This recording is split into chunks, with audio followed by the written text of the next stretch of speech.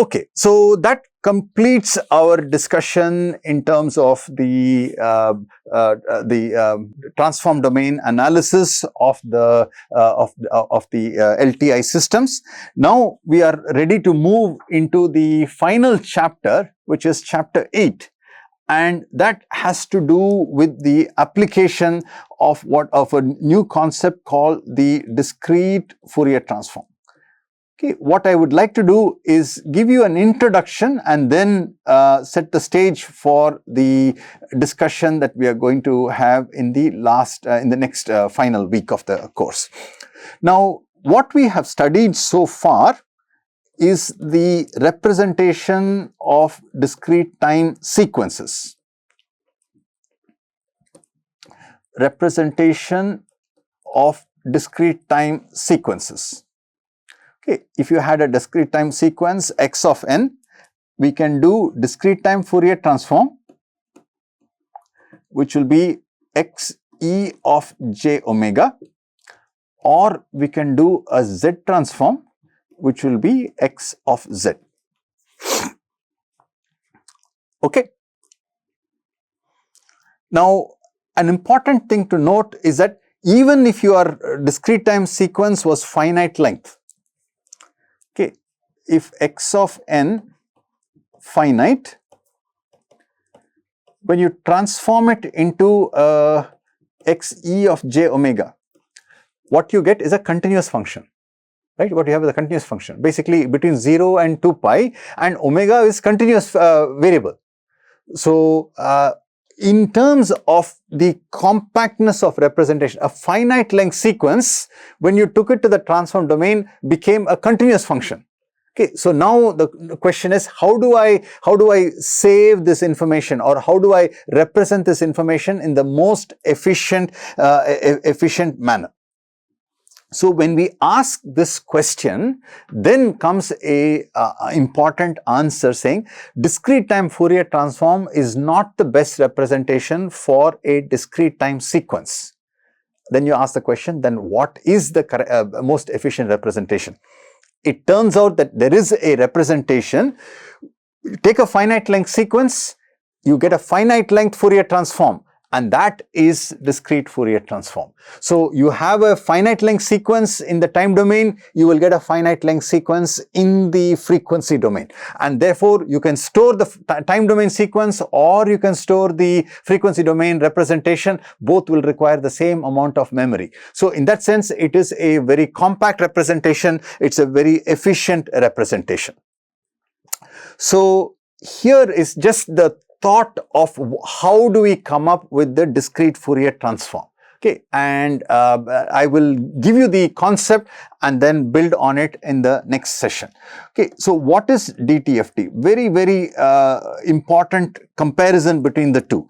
So, we have the following relationship, x e of j omega, which is given by summation n equal to minus infinity to infinity x of n e power minus j omega n.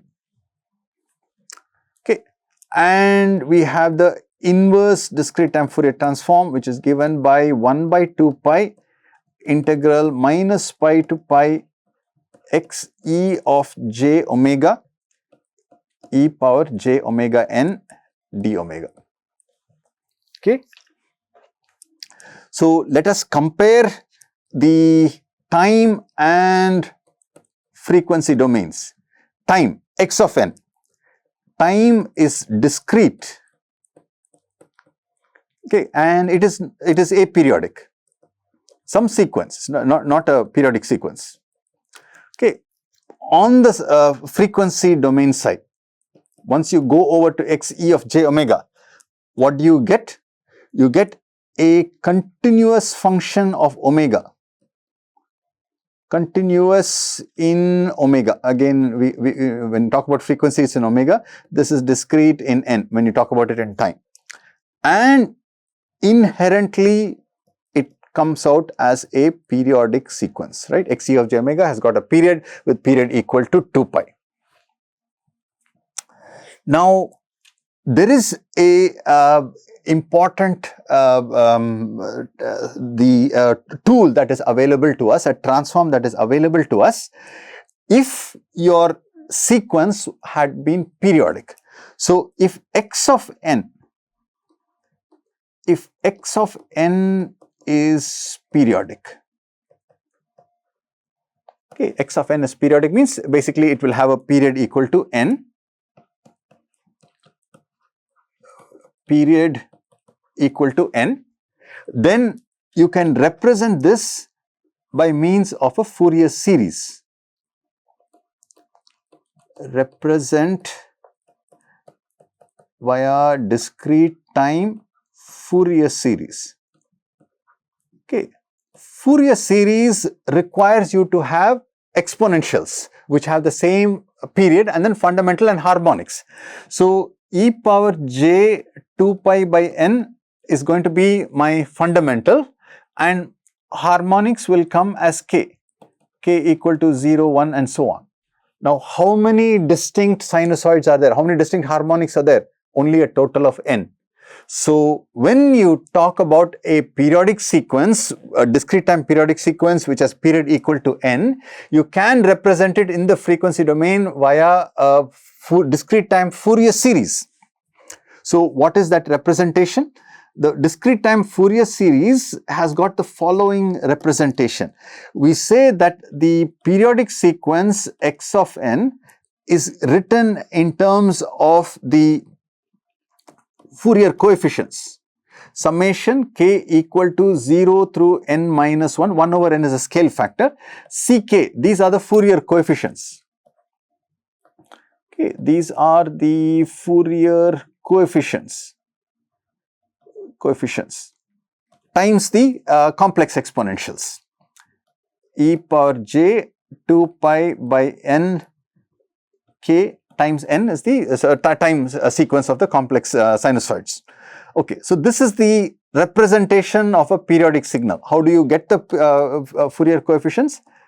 Just like we do it in the context of this thing, this will be summation n equal to 0 through n minus 1 x of n e power minus j 2 pi n nk.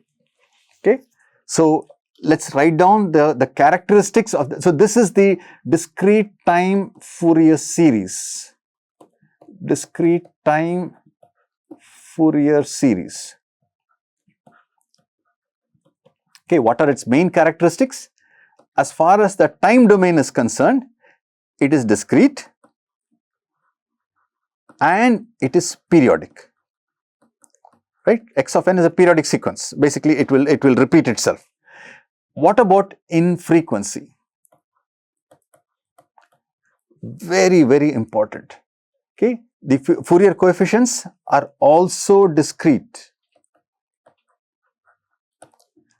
and Fourier coefficients when you go beyond e power j when this k goes beyond n, the Fourier coefficients repeat itself. So basically the Fourier coefficients are also periodic. The Fourier frequency domain representation is also periodic. Okay. So the important thing to note is that this is discrete and it has got distinct values, total of n distinct values, where n is the period. Okay. Now, where does DFT come in? So, I have a finite length sequence. Okay, let me just, that's all. Okay, I can compute the DTFT. That will become a continuous function x of e of j omega.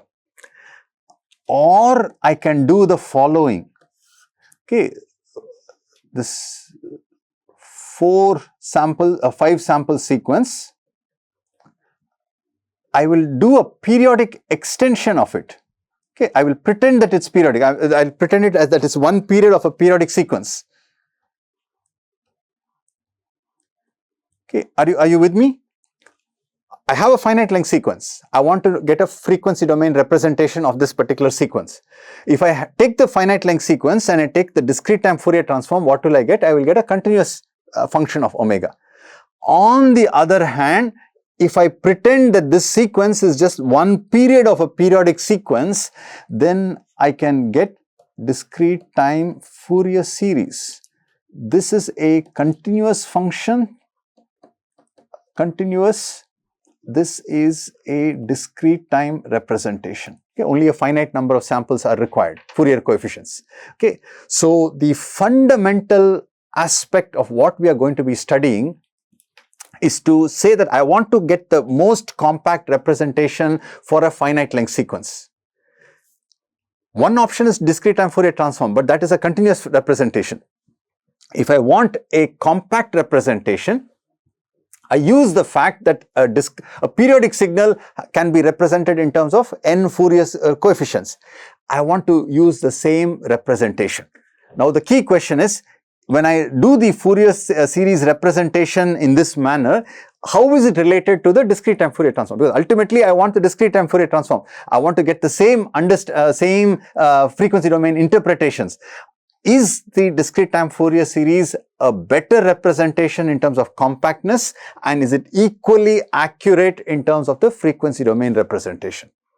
The answer turns out to be yes, and that is what we will study. So what we must study first is discrete time Fourier series. Very quickly we will just look at the properties of the discrete time Fourier series and then look at how to represent a finite length sequence in terms of a periodic signal, and then use the properties of the discrete time Fourier series. So again, properties of discrete time Fourier series, properties of discrete time Fourier transform, both of them are important.